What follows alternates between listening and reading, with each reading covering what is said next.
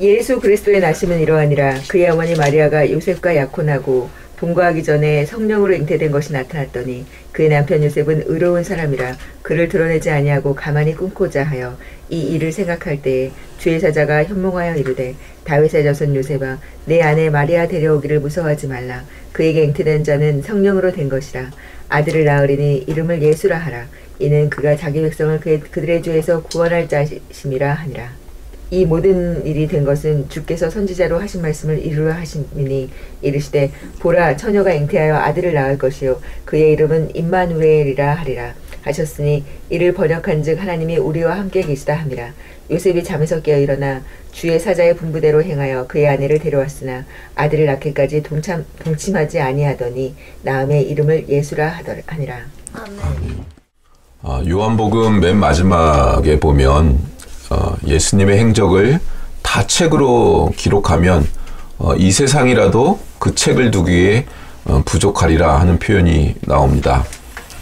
예수님께서 굉장히 많은 일들을 하셨는데 그 예수님의 출생부터 예수님의 생애에 대하여 굉장히 할 말이 많지만 이 복음서의 저자들은 각자가 가지고 있는 어떤 관점, 어떤 목적, 어떤 시야 이런 것들을 가지고 내용을 간추려서 그 중에서 그 본인이 보기에 중요한 예수님의 생애다라고 하는 것을 골라서 복음서들을 썼습니다. 누가복음은 이방인을 염두에 두고 인류 전체를 놓고 쓰고 있고 마태는 이스라엘 사람들을 대상으로 1차적 대상으로 하고 있다.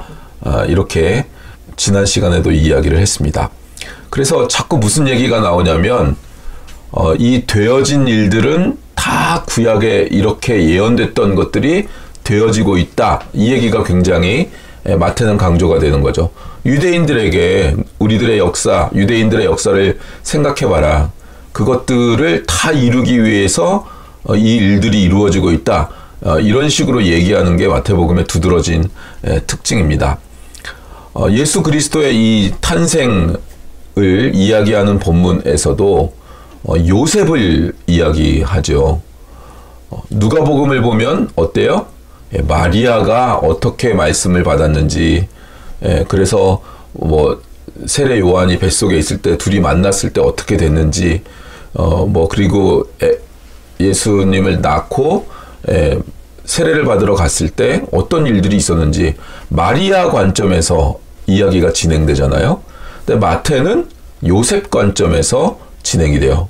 요셉은 다윗의 계보이기 때문에 그 계보에서 이 일이 이루어지고 있다. 이렇게 얘기를 하는 거죠. 다윗의 그 왕과 영원한 왕위가 이어지는 그 내용을 잇기 위해서 요셉이 등장하고 있는 거죠. 오늘 요셉의 이야기가 예수님 탄생 본문에서 나오고 있는 겁니다. 그래서 21절에 아들을 낳으리니 이름을 예수라 하라. 왜요? 왜냐하면 이 예수는 자기 백성을 저희 죄에서 구원할 자이기 때문이다. 이렇게 이야기하고 있습니다. 자기 백성을 자기 죄에서, 저희 죄에서 구원할 자. 죄에서 구원할 자예요. Savior, 구세주. 우리가 예수, 우리 구세주 이렇게 얘기할 때 구원자, 구세주 라는 뜻이죠. 예수라는 이름은 잘 아시다시피 구원자, 굉장히 이 시대에는 많이 쓰이고 있는 이름이에요.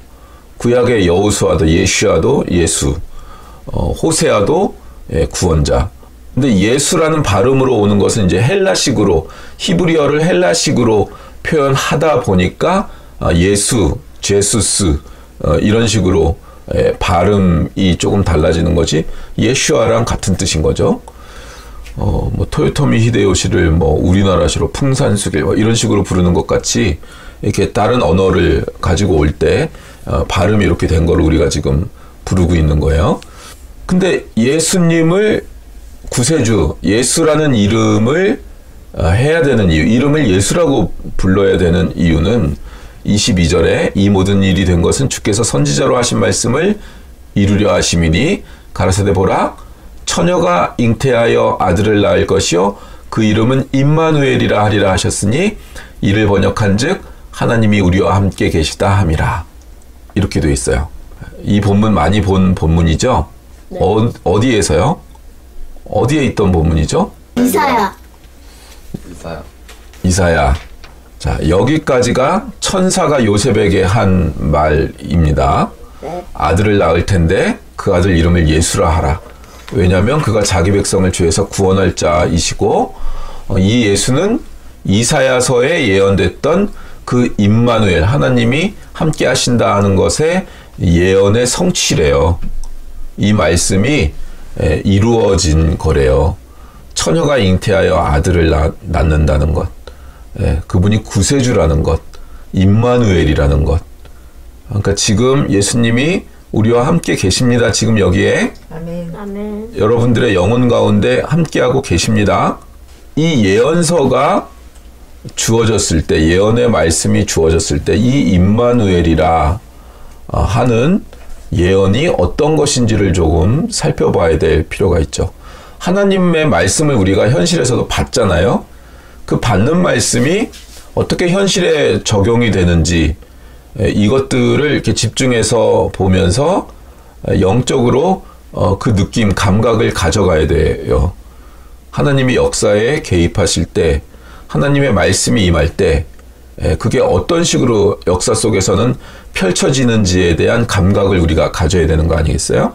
그래서 이사야 7장 1절부터 14절까지를 좀 일단 먼저 볼게요. 7장, 8장을 왔다 갔다 할 겁니다.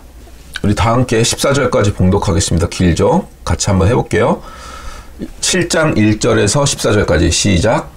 우시아의 손자여 요담의 아들인 유다의 아하스 왕 때에 아람의 르신 왕과 르말리아의 아들 이스라엘의 베가 왕이 올라와서 예루살렘을 쳤으니 능히 이기지 못하니라.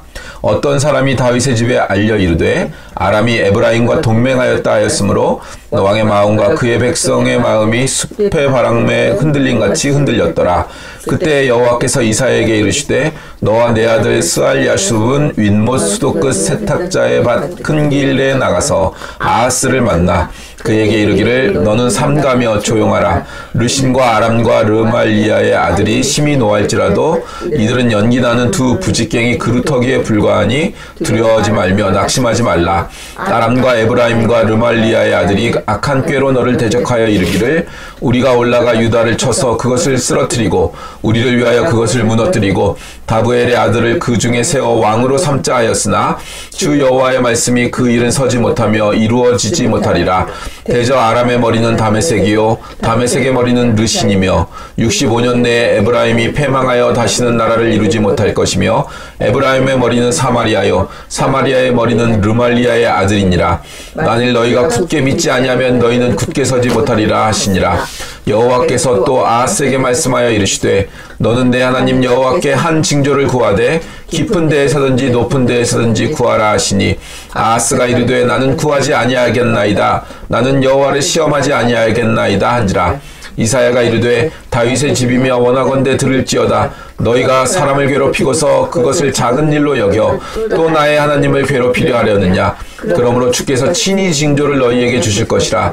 보라 처녀가 잉태하여 아들을 낳을 것이요 그 이름을 임마누엘이라 하리라. 아멘.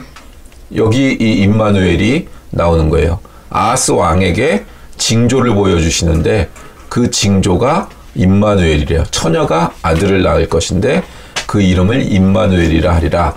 요 구절이 지금 신약에 와서 예수님으로 응답받았다, 이루어졌다, 이렇게 얘기를 하고 있는 셈입니다. 그러니까 지금 이사야가 아하스 왕에게 이 예언을 한 이 예언이 어떤 내용인지를 조금 살펴봐야 되겠죠. 이 예언은 지금 이 사건에서 이루어집니다.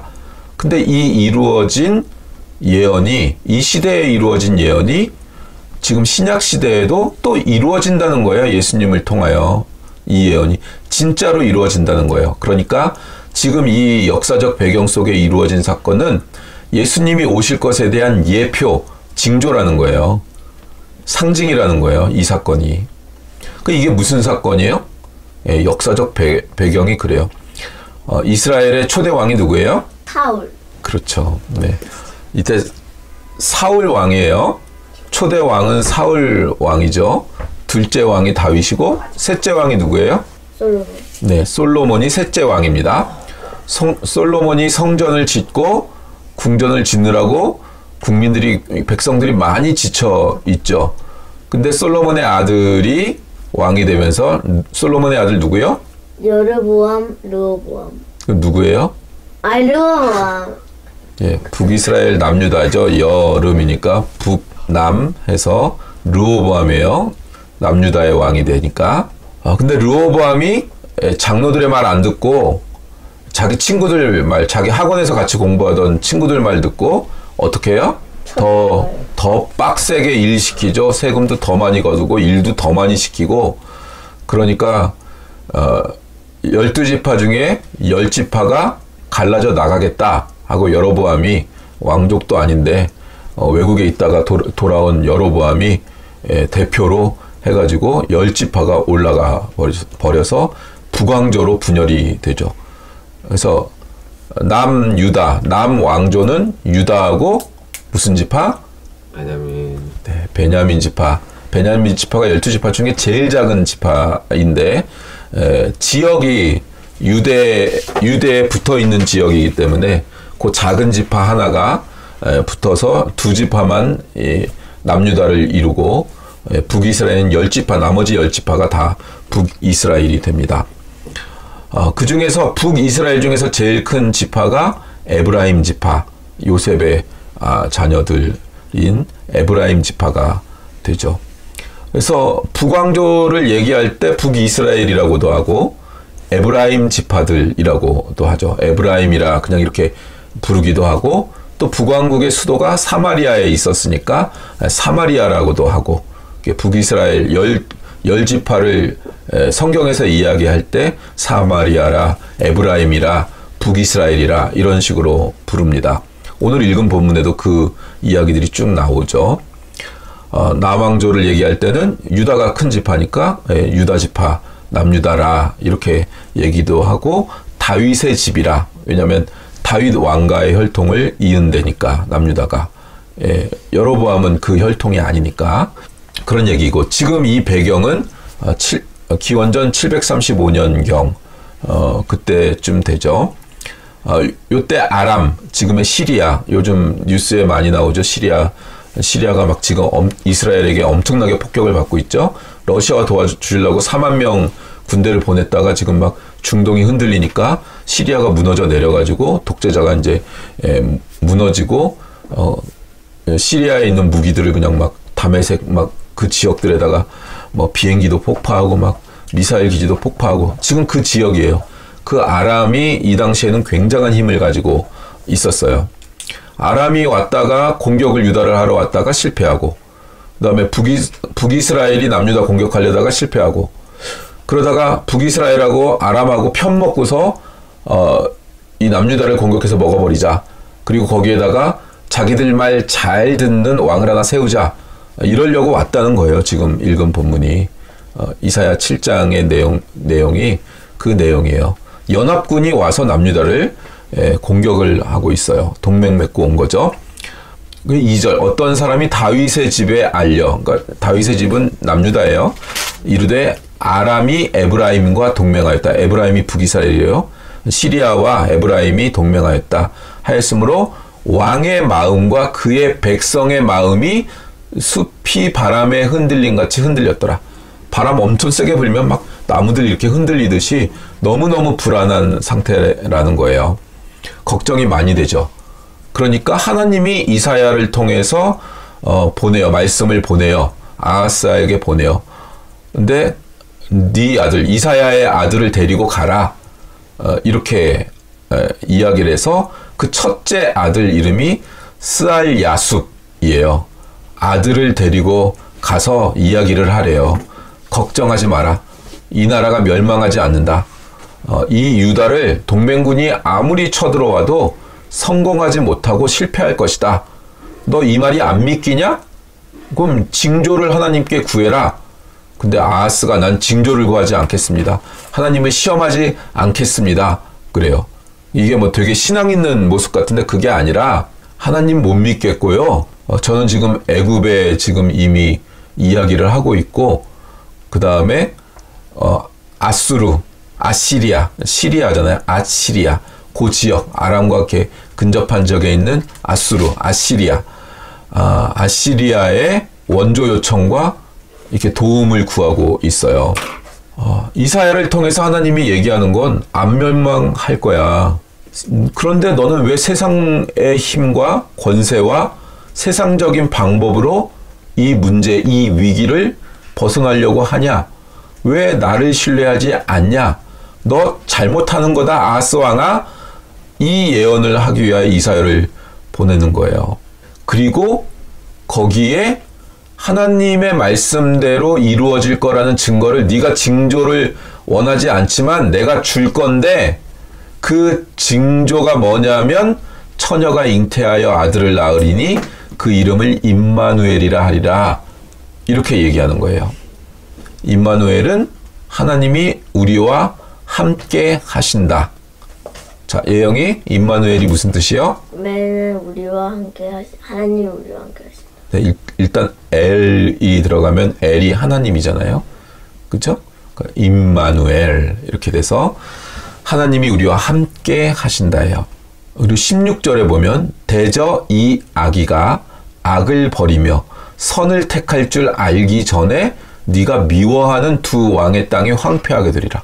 스알 야숲을 데리고 갔는데 그 스알 야숲이 악을 버리고 선악을 구분하여 선을 택할 줄 아는 나이가 될 때, 그 정도 때까지는 이 두 왕이, 북이스라엘과 아람의 왕이 완전히 그 땅이 황폐하게 될 거래요. 그리고 이 예언은 성취가 돼요. 아시리아에 의해서 북이스라엘도 망하고 722년에 망하잖아요. 북이스라엘도 망하고 아람도 아수르에 망해요. 그러니까 무슨 말이에요? 이 예언이 이 시대에 이사야를 통해서 아하스 왕에게 주어졌는데, 이 예언은 이 당대에 이미 성취되었어요. 이사야의 아들을 통하여 성취된 거예요. 그러니까 아마 이 아이가 선악을 구별하여 선을 선택할 나이면은 한 12살에서 14살 정도 되겠죠. 그죠? 뭐 초등학교 한 6학년에서 중3 뭐 요 정도 나이 사이가 되겠죠.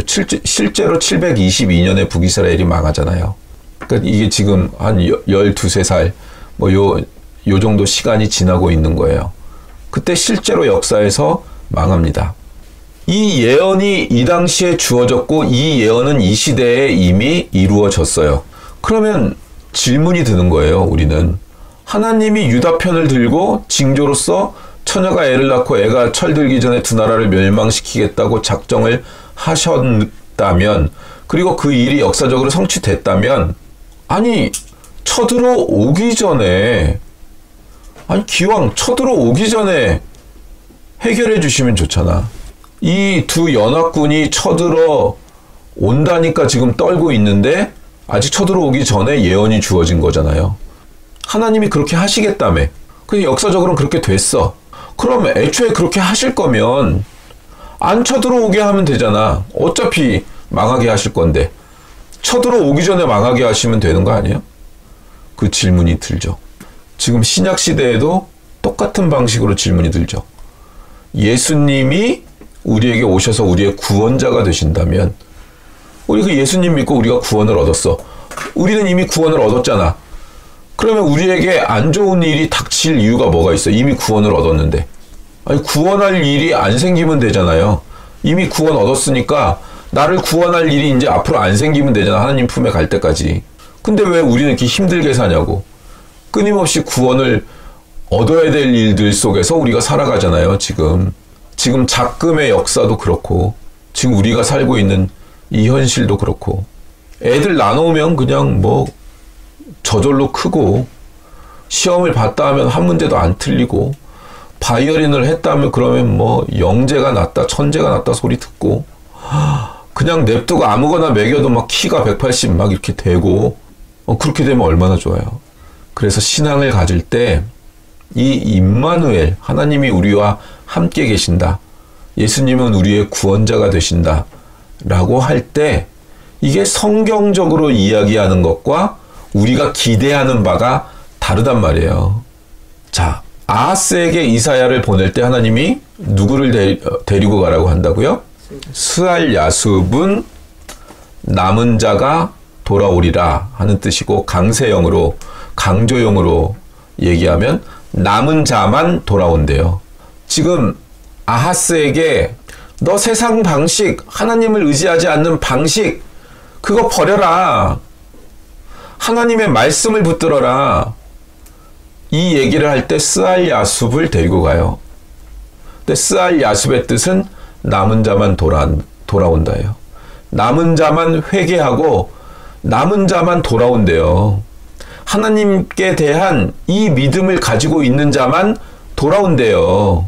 자기의 죄, 세상을 믿고 세상을 향했던 마음을 돌이키는 자, 그 남은 자들, 그 사람들만 돌아온대요. 하나님은 아하스에게 스알 야숲을 데려가면서 뭘 얘기하고 싶은 거예요? 너 왜 나 의지해서 살지 않고 네 힘과 네 세상의 힘으로 살려 하느냐? 유다는 내 나라다. 너희는 내 백성이다. 너희는 내 자녀다. 너희는 나를 의지해야지. 왜 옆집 아저씨한테 가가지고 의지하나? 아니 왜 옆집 아빠한테 가서 네 인생을 해결해달라고 그러냐? 네 아빠한테 와야지. 이 얘기하고 있는 거예요. 이걸 우리가 놓치는 순간 많은 문제가 생깁니다. 그게 7장 8장에 나오는 거예요. 이걸 놓치는 순간 어떻게 되는지. 신명기서 보면 모세가 죽기 전에 가나안에 못 들어가잖아요. 모세는 여호수아 보고 이제 들어가라 하면서 새롭게 명을 받은 기록, 신명기잖아요. 그 내용 전체가 그래요. 신명기서 내용의 전체. 너는 내 말을 따라라. 내 입에서 나오는 내 말을 따라라. 너희가 나를 사랑하고 내 말을 따르면 너희가 짓지 않은 집에서 너희가 살고 너희가 심지 않은 것에서 너희가 먹게 된다. 적군이 너를 치러 왔다가 한 길로 왔다가 7길로 도망간다. 그래서 이 말씀 붙들고 기도하는 거잖아요. 마귀가 우리를 공격할 때 한 길로 공격해 들어오지만 7길로 도망가게 해주시옵소서. 이렇게 기도하잖아요. 그러나 너희들이 내 말 안 믿고 돈 믿고 친구 믿고 세상 권력 좀 가진 사람들한테 아부하면서 살고 내 말에 불순종하고 그러면 너희가 힘들여 지은 집이라고 해도 다른 사람이 와서 살 거고, 너희가 열심히 땀 흘려 씨앗을 뿌려 열매를 거뒀다 하더라도 그 열매를 다른 사람들이 먹게 되고, 귀신을 치워줬는데 믿음이 없으면 7 귀신이 들어오잖아요. 끊임없이 하나님의 백성으로 살아야 되는 것, 하나님만으로 사는 삶을 강조하시는데 백성들은 끊임없이 실패한다고요. 여기에서 그걸 고쳐내는 거예요. 고쳐내는 거. 그래서 딴 길로 가서 한번 두들겨 맞아봐야 돼요. 그리고 문제가 해결되지 않고 계속 쳇바퀴 도는 걸 왜 내가 쳇바퀴 돌지? 하고 질문을 던질 줄 알고 그 다음 단계 믿음으로 성장해야 돼요. 그러면은 내가 심지 않은 걸 내가 먹고 내가 짓지 않은 집에 살게 된다니까요. 그 현상이 자기에게 일어나는지를 보시라고요. 이 현상이 노예처럼 일만 하고 있는지, 끊임없이 내가 일해 번 내 돈이 나한테 있는지, 밖으로 나가서 안 돌아오는지 끊임없이 봐야 돼.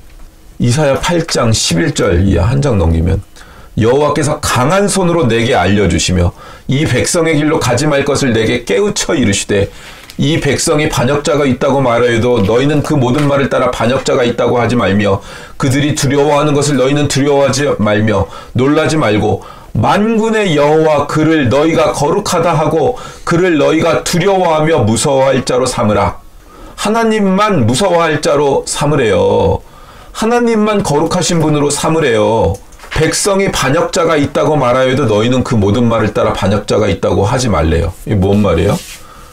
이사야가 이걸 아하스한테 가서 선포를 하는 거예요. 하나님만 믿어야지. 왜 애굽에 가서 정치질을 하고 있고 외교질을 하고 있냐 지금. 왜 아수르에 가가지고 빌고 있냐, 비굴하게. 되게 비굴하게 빌었거든 이때 가가지고. 근데 백성들 가운데 세속적인 백성들은 어때요? 지금 우리가 살 길은 마음이 흔들리고 있으니까 백성들이 애굽의 원조를 구하자. 우리가 좀 금이라도 좀 갖다 바치고 뭐라도 좀 갖다 바치고 그렇게 해서라도 군대 원조를 받아가지고 이 연합군과 싸워야 살아남는다. 이게 인간의 사고 방식이잖아요. 사고 방식이 저절로 드는 사고 방식이죠. 그죠? 이렇게 하나님이 계략을 주셨으면 그렇게 해도 돼요. 이렇게 계략을 주셨으면. 근데 하나님께 묻고 있지 않고 하나님께 제일 먼저 쪼르륵 달려가질 않았잖아 지금. 이사야는 이런 상황에 왜 하나님 안 믿냐? 왜 애굽에 가고 왜 아수르에 가냐? 이렇게 얘기하니까 그럼 우리가 어떻게 살아남냐? 다 죽게 생겼는데 언제 예배드리고 믿음 가지고 기도하고 앉았냐? 빨리 외교라도 해서 원조라도 받아야지. 백성들이 이런 분위기가 있으면서 이사야한테 이 반역자야 그러는 거야. 근데 지금 누가 오라요? 누가 오라요? 다수가 오라요? 소수가 오라요? 소수. 그러니까 숫자 많다고 그것이 정의가 아니고 옳은 게 아니죠. 그러면 20대 80 법칙이 없죠. 항상 세상을 리딩하는 건 20이잖아요. 20%의 사람들. 다수가 오르려면 80%가 부도 가지고 있고 권력은 80이 가지고 있지. 80이 더 우월해야 되잖아요. 근데 세상은 20%의 사람이 끌고 가잖아요. 그 민주주의의 맹점이 거기에 있죠. 아하스는 애굽을 의지하고 아수르를 의지해요. 근데 7장 17절 이하로 가면 아하스에게 하나님이 뭐라고 그러시냐면 여호와께서 에브라임이 유다를 떠날 때부터 당하여 보지 못한 날을 너와 내 백성이 내 아버지 집에 임하게 하시리니 곧 아수르 왕이 오는 날이니라. 그날에는 여호와께서 애굽 하수에서 먼 곳에 파리와 아수르 땅에 벌을 부르시리니 다 와서 거친 골짜기와 바위 틈과 가시나무 울타리와 모든 초장에 앉으리라. 지금 애굽과 아수르하고 동맹을 어떻게든 맺으려고 하고 있는데 이 두 나라 북이스라엘과 아람이 하나님이 북이스라엘과 아람이 너희를 괴롭게 하지는 못하게 하고 내가 물리칠 거야. 이렇게 얘기를 한단 말이에요. 그러나 오히려 누가 와서 괴롭히냐면 애굽이 와서 괴롭히고 아수르가 와서 괴롭힐 거래요. 아하스 왕이 의지하려고 하는 애굽이 괴롭히고 아수르가 너희 괴롭히게 할 거야. 결국은 그렇게 되죠. 아수르를 집어삼킨 바벨론에 의해서 그렇게 되기는 하지만 오히려 네가 의지하려는 그 권력들이 그 힘들이 너를 괴롭게 할 거래요. 파리가 오고 벌이 온대잖아요. 그런 거 믿지 말라는 거예요. 세상의 것으로 힘을 삼지 말고 나를 두려워해라. 하나님이 이거 가르치고 싶으신 거예요. 나를 사랑해라. 내 말을 따라라. 그것이 스알 야수, 남은 자들, 돌아오는 자들, 회개하는 자들, 방향을 바꾸는 자들. 오늘 본문, 마태복음 본문에 뭐래요? 예수 그리스도의 오심은 유다를 지키고 역사적으로 이제 오늘날식으로 따지자면 우리 편을 들고 우리를 복되게 하고 우리를 영원한 나라에 부르고 영원한 복으로 부르기 위하여 예수님이 오시는 게 맞아요. 그런데 1차적으로 예수님이 오시는 거는 이런 식의 정치, 경제, 힘 이런 문제가 아니라 오늘 본문에 돼 있잖아요. 죄에 대해서 구원하기 위해 오신다고. 아들을 낳으리니 그 이름을 예수라 하라. 이는 저가 자기 백성을 그 죄에서 구원할 자이심이니라. 그냥 구원자라고만 부르니까 앞에 내용을 자꾸 잊어버리는데 그 죄에서 구원할 자. 이 사람들이 남은 자예요. 예수님과 하나님께로 방향을 튼 자들, 구원할 자들, 회개한 자들. 근데 자꾸 예수님 믿었으면 구원됐으니까 나를 더 이상 구원할 일이 없는 인생을 살게 해달라. 나한테 어려움이 안 생기게 해달라. 자꾸 그런 요구를 해요.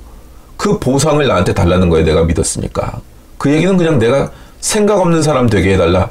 내가 그냥 예수님만 생각하고 있으면 다 되게 해달라. 예수님만 또 생각도 안 해요. 말만 그렇게 하고 어디 사람들 볼 때 기도하고 눈물 뽑고 할 때만 그렇게 하는 거지. 실제 24시간을 보라고. 그렇게 하나? 예수님 뜻에 따라 하나? 그렇게 안 해요. 그렇게 하는 사람들 정말 극히 0.001% 될까? 그냥 아무 일 안 하고 눈 감고 있다가 입만 벌리면 음식 쏙 넣어달라는 거죠. 그런 심보로 신앙생활 하는 사람들이 많습니다. 신앙 좋다는 사람들이 그렇게 해요. 근데 성경이 가르치는 것은 스알 야숲, 돌이켜라. 하나님께로. 하나님만 의지해라. 여호와만 두려워해라. 그 얘기를 하는 거예요. 임마누엘은 이거예요. 8장 16절. 너는 증거의 말씀을 싸매며 율법을 내 제자들 가운데 봉함하라. 이제 야곱의 집에 대하여 얼굴을 가리시는 여호와를 나는 기다리며 그를 바라보리라. 보라, 나와 민 여호와께서 내게 주신 자녀들이 이스라엘 중에 징조와 예표가 되었나니 이는 시온산에 계신 만군의 여호와께로 말미암은 것이니라. 이사야가 자기에게 주신 자식들이 징조래요. 예표래요. 스알 야숲이 첫째 아들이었죠. 아하스를 만나러 갈 때 그 아들 데리고 갔고, 근데 이 임마누엘의 약속을 알면서 뭐라 그러냐 하면, 보라, 처녀가 잉태의 아들을 낳으리니 그 이름을 임마누엘이라 하리라. 그 애가 철들기 전에 두 왕을 패하겠다 그러고. 그래 놓고 8장 1절, 여호와께서 내게 이르시되 너는 그 큰 서판을 가지고 그 위에 통용 문자로 마헬 살랄 하스바스라 쓰라. 내가 진실한 종인 제사장 우리아와 여베레기야의 아들 스가랴를 불러 증언하게 하리라 하시더니 내가 내 아내를 가까이하매 그가 임신하여 아들을 낳은지라. 여호와께서 내게 이르시되 그의 이름을 마헬살랄 하스바스라 하라. 이는 이 아기가 내 아빠 내 엄마라 부를 줄 알기 전에 다메섹의 제물과 사마리아의 노략물이 아수르 왕 앞에 옮겨질 것임이라 하시니라. 그러니까 1차적인 역사적 성취는 여기에 나오는 거예요. 이사야의 둘째 아들이 나오는데 마헬살랄 하스바스, 이게 뜻이 노략이 급하리라, 침략이 신속하리라, 이런 뜻이에요. 누구에 대한 침략과 노략이에요? 아람과 북왕조 이스라엘에 대한 침략이 신속하리라. 그래서 아람과 북왕조 이스라엘이 아시리아에 의해서 실제로 멸망해요. 이게 1차 약속이에요. 근데 아내에게서 나오잖아. 처녀가 아니야. 처녀가 잉태하여 아들을 낳으리니 인데, 지금 이 예언의 성취가 이사야의 아들, 둘째 아들을 통해서 이루어진다고요. 근데 아내니까 처녀가 아니잖아요. 요게 이제 재밌는 거죠. 사전을 보면 여기서 처녀라고 쓰여져 있는 히브리어 원어가 알마예요. 알마. 알마는 젊은 여자라는 뜻이에요. 그러니까 아이를 잉태하여 낳을 수 있는 젊은 여자를 알마라고 그래요. 그게 1차적인 첫 번째 뜻이고, 처녀성은 2차적인 뜻이에요. 오히려 베툴라라는 순결한 처녀를 가리키는 단어는 따로 있어요. 그런데 이 두 가지 의미로 쓰고 있는 단어를 선택하여 성경이 기록되고 있다고요. 그러니까 1차적으로는 이 예언이 성취될 때 첫 번째 뜻으로 쓰인 거예요. 이사야의 아내가 젊은 여자예요. 잉태할 수 있는 젊은 여자를 통하여 마헬살렐 하스마스가 나오는 거예요. 그래서 그 예언이 이루어져요. 그리고 지금 이 예언이 이루어졌다라고 말하고 있는 마태복음서에는 진짜 처녀가 잉태하여 예수님이 오심으로 이 예언이 완전히 성취되고 있다, 이렇게 해석을 하고 있는 거라고요. 그러니까 이 이중성을, 이 두 가지의 상징을 가지고 있는 거예요. 그리고 아하스에게 이사야가 예언한 대로 이 아수르는 아람과 북이스라엘을 멸망시키지만 남유다도 괴롭혀요. 아주 괴롭힌다고요. 8장 5절에 여호와께서 다시 내게 말씀하여 이르시되 이 백성이 천천히 흐르는 실로아 물을 버리고 르신과 르말리아의 아들을 기뻐하느니라. 그러므로 주 내가 흉용하고 창일한 큰 하수 곧 아수르 왕과 그의 모든 위력으로 그들을 뒤덮을 것이라. 그 모든 골짜기에 차고 모든 언덕에 넘쳐 흘러 유다에 들어와서 가득하여 목에까지 미치리라. 임마누엘이여 그가 펴는 날개가 내 땅에 가득하리라 하셨느니라. 물이 목에까지 차요. 죽기 직전까지 간다는 거예요. 물이 코까지 차면 죽는 거죠. 근데 목에까지 찰 지경으로 아수르가 유다를 쳐버려요. 아수르를 의지했는데 오히려 남유다를 처벌해요, 아수르가 죽기 전까지. 근데 다행히 임마누엘이여 그가 펴는 날개가 내 땅에 가득하리라 하셨느니라. 임마누엘이 거기서 와요. 코까지 안 차고 목까지 찼을 때, 우리가 위기에 닥치고 완전 망했을 때 목까지 오는 거예요. 아직 죽지 않아요. 임마누엘이 임하면 하나님과 함께하고 세상을 향하고 세상 방식으로 문제를 풀려고 하는 그 방향을 벗어나 하나님께 속하고 하나님께 말씀 받고 그 말씀 붙들고 살고 그 말씀 붙들고 선택하고 예수 그리스도의 질서 안에서 자기의 삶을 살면, 거기에 순종하고 복종하면 안 죽어요. 안 죽어. 멸망하는 일은 없어요. 힘들어도 그 날개가 가득하대요. 이 임마누엘에 대한 믿음, 이 남은 자로서의 믿음이, 우리가 그 믿음을 갖고 지금 이 하나님의 임마누엘이 이 땅 가운데 임하지 않으면 지금 이 땅은 정말 큰 위기예요. 이 말씀 붙들고 우리가 이 나라를 위해 지금은 기도해야 돼요. 하나님은 이렇게 살벌하게 위협하며 들어오는 아수르에 대하여 뭐라 그러냐? 9절. 너희 민족들아 함성을 질러보아라. 그러나 끝내 패망하리라. 너희 먼 나라 백성들아 들을지니라. 너희 허리를 동이라. 그러나 끝내 패망하리라. 너희 허리에 띠를지라. 그러나 끝내 패망하리라. 너희는 함께 계획하라. 그러나 끝내 이루지 못하리라. 말을 해보아라. 끝내 시행되지 못하리라. 이는 하나님이 우리와 함께 계심이라. 너희 민족들아 함성을 질러보아라. 그러나 끝내 패망하리라. 누구예요?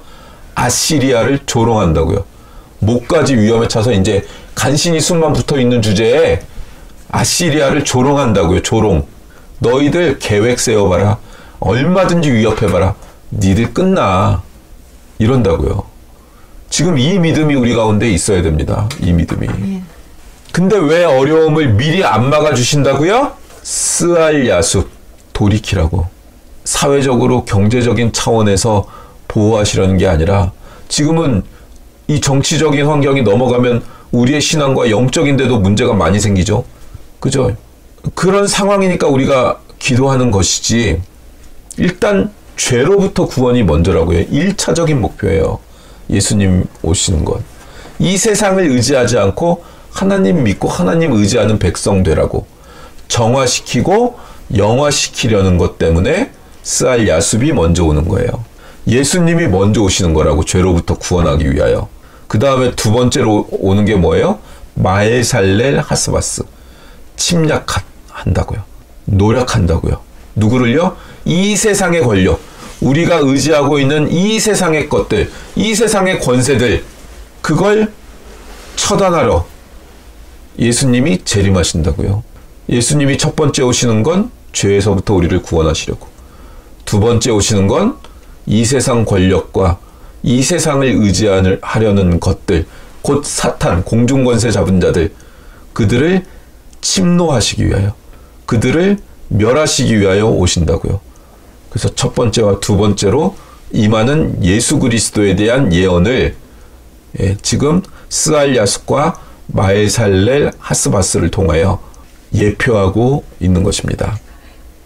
이게 곧 예수님의 오심과 재림, 그것에 대한 상징과 예표를 우리에게 주어진 것입니다. 그러니 여러분, 예수님 의지하고 믿고 살아가시고, 지금 이 땅에서 우리가 해야 되는 첫 번째는 죄를 거부하고 주님을 의지하며 사는 겁니다. 이게 훈련되어야 되고, 그게 도대체 어떻게 사는 거냐라는 것을 알아가야 하는 것이고, 믿음으로 살았더니, 예수님의 말씀에 순종하고 복종하며 살았더니 정말 그 빛 가운데 사는 평안이 우리 가운데 있구나 하는 것을 인생 가운데서 경험하며 자유로워져야 되는 겁니다. 진리는 항상 우리를 자유롭게 합니다. 예수 그리스도를 믿고 의지하며 살아가는 귀한 성도님들 되시기를 주님의 이름으로 축원합니다. 아멘.